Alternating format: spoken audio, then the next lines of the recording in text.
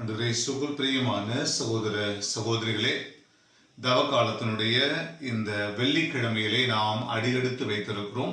இயேசுனுடைய பாடுகள், மரணம் இவற்றை நம்முடைய வாழ்க்கை பயணங்களோடு நிகழ்வுகளோடு இணைத்து சிந்திக்க நம்மையே அர்ப்பணித்துக் கொண்டிருக்கிறோம். இன்றைக்கு ஏப்ரல் மாதம் 4ஆம் தேதி. அன்பார்ந்தவர்களே, ஆண்டவர் இயேசு இதோ கூடார திருவிழாவிற்கு அண்மையில் இருக்கின்ற போது, எருசலேமை நோக்கி வருகின்ற போது அவரை குறித்து இடரல் அடைகின்றார்கள்.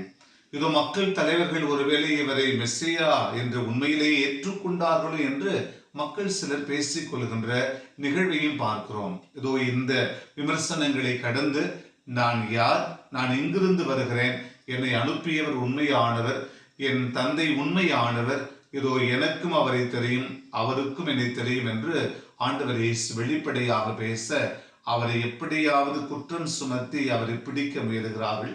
ஆனால் நேரம் வரவில்லை என்று சொல்லி இன்றைய நற்செய்தி வாசகம் முற்று பெறுகிறது. அன்பார்ந்தவர்களே, இந்த தவ நாட்கள் இயேசுனுடைய பாடுகளோடு நம்மை இணைத்துக் கொள்கிற அற்புதமான காலம்.